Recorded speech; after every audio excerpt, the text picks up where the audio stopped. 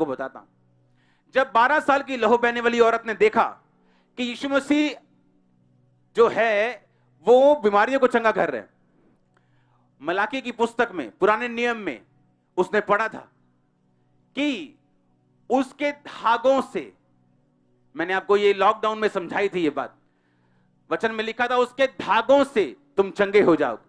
उसे वचन में मालूम था कि ऐसा नबी आएगा जिसके कपड़ों के छोर के धागों से हम चंगे होंगे, और उसे मालूम था ये वही है।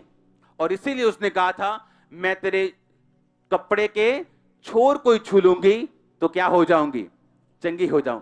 वचन के ऊपर काम करने के कारण उसने परमेश्वर का पीछा किया, और उसे मालूम था दुनिया फेल हो जाए, देश फेल हो जाए, वचन कभी फेल नहीं होता। उसे मालूम था ये बात, और इसीलिए उस वचन को लेकर परमेश्वर के पास जाती रही। उसे मालूम था जाना आसान नहीं, कोई भी काम, कोई भी मिरेकल, कोई भी हीलिंग, कोई भी डिलीवरेंस आपकी सहायता के बिना नहीं होती। आपको वचन लेना पड़ता है, उसे अंगीकार करना, उस पर काम करना, वर्कआउट करना, उसको जीवित करना अपनी लाइफ में, यह आपके लिए जरूरी होता है। हालेलुया। और बाइबल कहती है इसीलिए जब वो परमेश्वर के पास गई, उसे मालूम था पुराने नियम की बातों को, उसने वचन पकड़ा हुआ था कि मैं उसके कपड़े के छोर को ही छू लूंगी तो क्या हो जाऊंगी, चंगी हो जाऊं। वचन को पकड़ के रखो। क्या करना है वचन को, कि अगर मैं यीशु की सेवा करूंगा, करूंगी, तो कौन आदर करेगा, कौन आदर करेगा, कौन, मेरा पिता कहता तुम्हारा क्या करेगा। वचन को क्या करना है, पकड़ के रखना है, उसको पकड़ के रखना पड़ेगा। अपने आप ये पूरा नहीं होगा, सेवा करने के लिए मूल्य चुकाना पड़ेगा, लोगों की बातें सुननी पड़ेंगी, हार्ड लाइफ भी देखनी पड़ेगी, उपवास भी करना पड़ेगा, प्रार्थना भी करनी पड़ेगी, दिल में कुछ आए लेकिन करना कुछ पड़ेगा, माफ भी करना पड़ेगा, यानी वर्कआउट करना पड़ेगा, काम करना पड़ेगा उस वचन को पूरा करने के लिए। और जब आप काम पूरा कर लेंगे, और जब आदर का पैकेज ऊपर से आएगा, जब वो अपना कोरियर भेजेगा आदर का, उसे कोई शैतान खत्म नहीं कर पाएगा, उसे आपका दुश्मन खत्म नहीं कर पाएगा। लाख लोग इकट्ठे हो जाएं लेकिन उसे कोई खत्म नहीं कर पाएगा। वो आदर क्या होगा, वो आदर आपके बच्चों की लाइफ में हो सकता है, वो आदर आपकी अपनी लाइफ में हो सकते हैं, आपकी फाइनेंशियल लाइफ में हो सकते हैं, वो किसी भी तरफ से परमेश्वर आपको बढ़ा सकते हैं, क्योंकि उसका वचन पूरा होगा, जो मेरी सेवा करेगा मेरा पिता उसका क्या करेगा, आदर करेगा। हालेलुया। अपने आप को तैयार करो।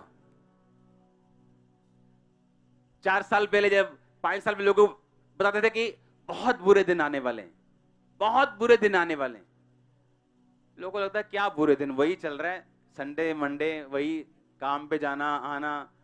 अब तो फेसबुक भी आ गई है, नजारे लेने पूरे, हूं तो ट्विटर भी आ गया जी, हूं तो नवा टिकटॉक भी आ गया, वो आके बेचारा चला भी गया। हाँ, क्या बुरे दिन आ जाए। अब उन्हें मालूम हुआ कि बुरे दिन किसे कहते हैं। अब लोग कहते हैं कि मास्क से भी कोरोना छुप नहीं सकता, ये हवा में भी है। अब कहां किधर जाओगे, कौन सी बेसमेंट में छुपोगे। कहते हैं मास्क से भी, कहते हैं ये स्टडी आई है कि इसको कंट्रोल नहीं कर पा रहे, ये हवा में भी है, तो सांस लेनी बंद कर दोगे। जितने दिन बुरे होंगे उतना आप चमकेंगे। That's it. ये स्टेटमेंट 10 साल पहले भी ऐसी थी, आज भी ऐसी है, ये 80 साल बाद भी ऐसी है, ये ऐसी रहेगी। जितना अंधेरा होगा लाइट उतनी चमकेगी। आप लाइट हो। उसने कहा नहीं क्या नहीं बाइबल में, क्या तुम जगत की रोशनी हो। तो जब अंधेरा होगा, अगर यहां पे 100 वाट का बल्ब में जगा दूंगा कोई फर्क नहीं पड़ेगा, लेकिन अगर अंधेरा होगा वो काम करेगा। जितना अंधेरा बढ़ रहा है आप उतना चमक रहे हैं। मैं सच कह रहा हूं, अब वो टाइम नहीं जब आप सेवा करें और आपके बच्चे कुछ भी करें। वो टाइम आ रहा है क्योंकि टाइम शॉर्ट है, थोड़ा टाइम रह चुका है। दुनिया जिस तरफ जा रही है, आगे कोई उम्मीद मत रखना कि आसान होगा। मैं आपको सच कह रहा हूं, इकोनॉमी का जो हाल है, मैं कुछ भी बोलना नहीं चाहता यहां से। जो देश की इकोनॉमी का हाल है अंदर, मैं कुछ नहीं कहना चाहता हूं। आपको प्रार्थना करनी पड़ेगी। लेकिन एक बात मैं आपको फिर से कह रहा हूं, दिन ऐसे हो जाएंगे, ऐसे हो जाएंगे, एक जाएगी चीज दूसरी आ जाएगी। सुनो मेरी बात, परमेश्वर की जितनी जरूरत आपको अब है, पहले कभी नहीं थी।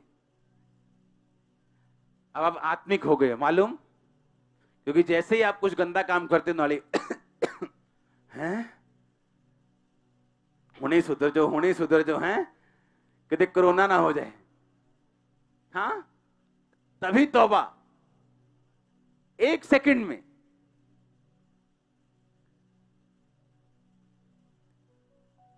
एक सेकंड में तौबा हो रहा है कि नहीं ऐसा? हाँ, वैसे गले में कुछ अटक गया, कहना आज प्रेयर नहीं की थी यार, मैं आज जरा प्रे करके। पहले प्रार्थना का याद नहीं था।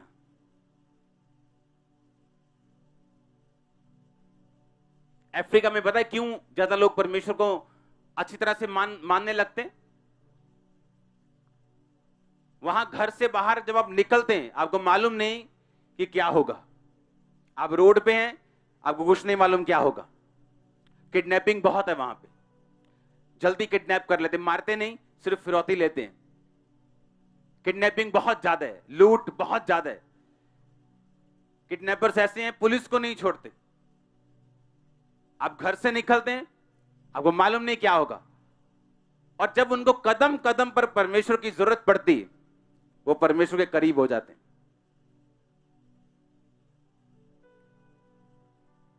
अगर आप यही यूरोप में चले जाओ, तो वहां पे आपको ऐसी परमेश्वर के ऊपर डिपेंडेंस नजर नहीं आएगी, क्योंकि सब तरफ आसान है, सब कुछ आसान है। लेकिन जहां पर मुश्किल है, परमेश्वर का काम भी वहां पर ज्यादा है। इसलिए आप अधिक आत्मिक है बहुत सारे देश के लोगों से, इसलिए आपकी प्रार्थना कहीं अधिक है दूसरे लोगों से। मेरा यह विश्वास है कि आप इस वचन को मानेंगे, क्योंकि टाइम जो आ रहा है, आने वाला, जो परमेश्वर मुझे बता रहा है, आप ही नहीं, आपको अपने आने वाली जनरेशन को भी खुदाबंद के कामों के लिए तैयार करना पड़ेगा। चाहे आप उसे डॉक्टर बनाएं, लेकिन आपको उसको सिखाना पड़ेगा कि आने वाला टाइम तुझे किस तरह से परमेश्वर का काम करना है। आप उसे एक्टिव रखेंगे परमेश्वर में, वो ऐसा डॉक्टर नहीं होगा जो 7 दिन हॉस्पिटल में रहेगा। वो ऐसा होगा कि संडे के दिन उसने गिटार पकड़ी होगी चर्च में। हाँ, वो ऐसा इंजीनियर होगा जो ये नहीं कि 7 दिन कंपनी के साथ, वो ऐसा इंजीनियर होगा कि 7वें दिन वो चर्च के बाथरूम क्लीन कर रहा होगा। हाँ, वो लोगों को बता रहा होगा। आने वाले टाइम में आपको इस तरह से अपने बच्चों को तैयार करना है कि जब वो बड़े हों, वो ऑलरेडी परमेश्वर के कामों में हों। उसका फायदा क्या? उसका फायदा ये, वो सुरक्षित रहेंगे, आप भी सुरक्षित रहेंगे। क्योंकि जैसे ही आप खुदाबंद के कामों में अपने बिजनेस को, अपने बोने को, अपने पैसे को, अपने ताकत को, अपने बच्चों को, सब कुछ आप दे देते हैं, उस पर सुरक्षा की एक बाड़ लग जाती। बाइबल कहती, अय्यूब पर जब शैतान अटैक करने के लिए आया, तो बाइबल कहती है उसने, परमेश्वर ने पहचान लिया अय्यूब शैतान को उसके दूतों में, और परमेश्वर ने कहा, ये कहां से आया? उसने कहा, धरती पर घूमता घामता डोलता डालता आया हूं। परमेश्वर ने कहा, अय्यूब को देखा, बुराई से दूर रहने वाला, मेरा डर मानने वाला, खरा मनुष्य धरती पर और कोई नहीं। उसने कहा, हां देखा है, पर तूने उसके आसपास बाड़ा बांधा हुआ है। मैं जब भी उसे छूने जाता हूं, छू नहीं पाता, क्योंकि तेरी बाड़ उसके आसपास। अगर आप ध्यान से अय्यूब की लाइफ को स्टडी करें, अय्यूब सिर्फ एक विश्वासी नहीं था। बाइबल कहती है उसे चिंता थी अपने बच्चों को मसीह में लेके आने की, इसलिए उनके लिए होम बलि और मेल बलियां वो चढ़ाता था। उसे चिंता थी विधवाओं की, चिंता थी अनाथों की, चिंता थी परदेशियों की, चिंता थी दूसरों की। और बाइबल कहती, पूछ कर भी अगर उसे मालूम पड़ जाए वहां किसी को मेरी जरूरत है, जबरदस्ती उसके पास जाकर उसकी हेल्प करके आता था। और बाइबल कहती, इसी सेवा के कारण उसके आसपास एक बाड़ा लगा हुआ था जिससे शैतान उसको छूने नहीं पाता था। हालेलुया। याद रखो, जो कुछ भी आप मांगेंगे परमेश्वर की महिमा के लिए मांगेंगे और वो आपको देगा। वो कितनी भी चीज एक्सपेंसिव क्यों ना हो, आपकी पहुंच से बाहर क्यों ना हो, वो आपको देगा। आमीन ऊंचा चाहिए। मैंने कहा वो आपको देगा। और मैं इन संसार की एक्सपेंसिव चीजों के बारे में बात नहीं कर रहा हूं। वो कितना भी बड़ा गिफ्ट क्यों ना हो, वो आपको देगा। वो कितना भी बड़ा वरदान क्यों ना हो, सामर्थ क्यों ना हो, उसका काम क्यों ना हो, वो आपको देगा। आप तैयार हैं उसकी सेवा करने के लिए?